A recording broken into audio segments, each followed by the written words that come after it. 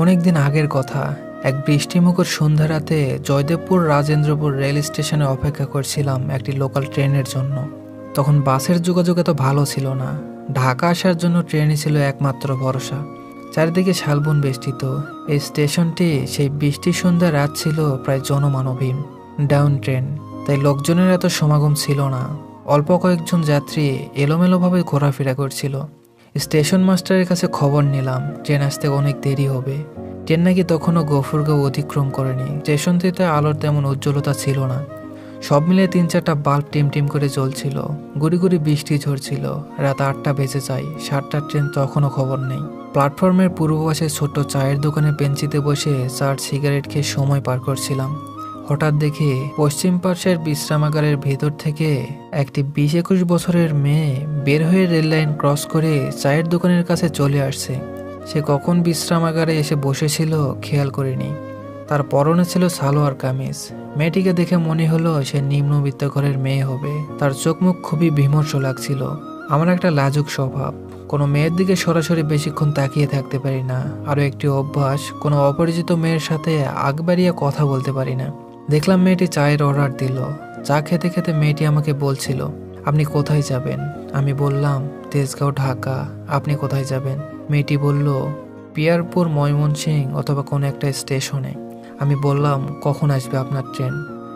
মেয়েটি বলল, এখন কোনো ট্রেন নেই, ভোর 4টার ট্রেন। আমি বললাম, এতক্ষণ কি করবেন? বাড়ি ফিরে যান। মেয়েটি বলল, এখানে আমার বাড়ি নেই, এখানে কেউ নেই। মেয়েটির অসহায়ত্ব ও নিরাপত্তা নিয়ে একটু চিন্তায় পড়েছিলাম। ভাবছিলাম, এই বৃষ্টি ঝরা রাতে মেয়েটি একাকী স্টেশনে বসে থাকবে।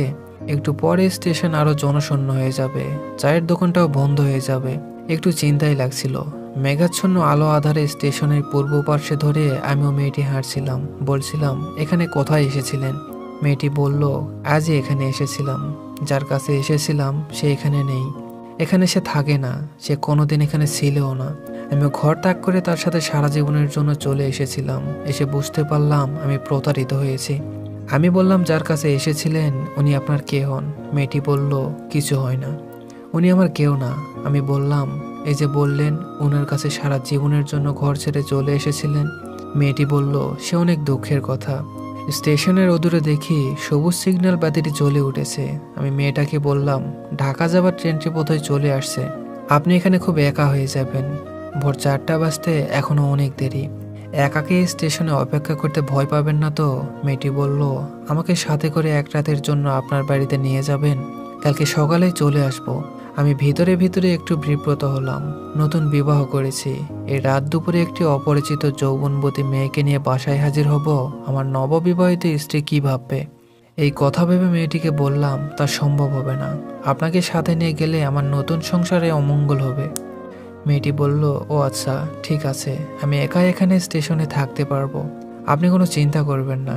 আমি মেয়েটাকে স্টেশনের পাশে রেখে অপর পাশে টিকিট ঘরের দিকে এগিয়ে যাই। টিকিট কেটে এসে স্টেশনের এই পাশে দাঁড়িয়ে ট্রেনের জন্য অপেক্ষা করতে থাকি। এখনো ট্রেনটি আসেনি। তখন ঝিরিঝিরি করে বৃষ্টি ঝরছিল। আলোর আধারে মনে হচ্ছিল রেল লাইনের ওপাশ থেকে মেয়েটি আমার দিকে করুণ চোখে তাকিয়ে আছে। কেন জানি মেয়েটির জন্য খুব মায়া হলো।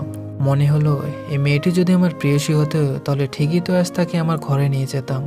ও আমার প্রেমিকা না হোক, পথের একটি অসহায় মেয়েকে আমার ঘরে এক রাতের জন্য স্থান দিলে কি এমন ক্ষতি হবে? আমার নববধূকে না হয় ব্যাপারটা বুঝিয়ে বলবো। দেখি ট্রেনটা স্টেশনের দিকে চলে আসছে। ওপাশে মেয়েটি তখনও আমার দিকে তাকিয়ে দাঁড়িয়ে আছে। আমি এপাশ থেকে মেয়েটিকে ইশারা করে বললাম, তুমি এই ট্রেনে উঠবে, আমার সাথে ঢাকা যাবে। ট্রেনটি স্টেশনে এসে থামে। ট্রেনের আড়াল হয়ে যায় মেয়েটি। আমি ট্রেনে উঠে পড়ি। ওপাশে তাকিয়ে দেখি মেয়েটি দাঁড়ানো নেই। ভাবলাম ট্রেনের কোনো কামরায় হয়তো উঠে পড়েছে। স্টেশনের বাইরে তখন অঝোরধারায় বৃষ্টি শুরু হয়েছে।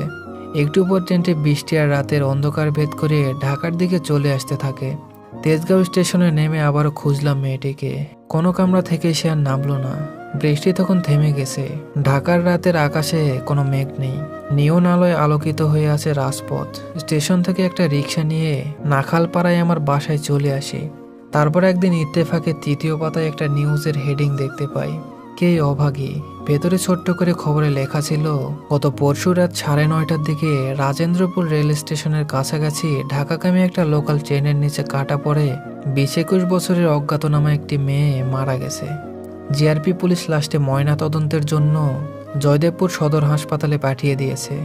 ময়নাতদন্তে জানা যায় মেয়েটি 2 মাসের অন্তঃসত্ত্বা ছিল।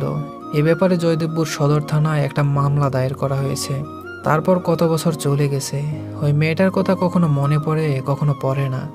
কিন্তু এখনো কোনো ট্রেনের চাকায় ঘস ঘস শব্দ শুনলে ওই অভাগী মেয়েটার আর্তনাদ আমি শুনতে পাই। কানে বাজে একটি মিনতি, আমাকে একটা রাতের জন্য আপনার সাথে নিয়ে যাবেন আপনার বাড়িতে। ধন্যবাদ সবাইকে।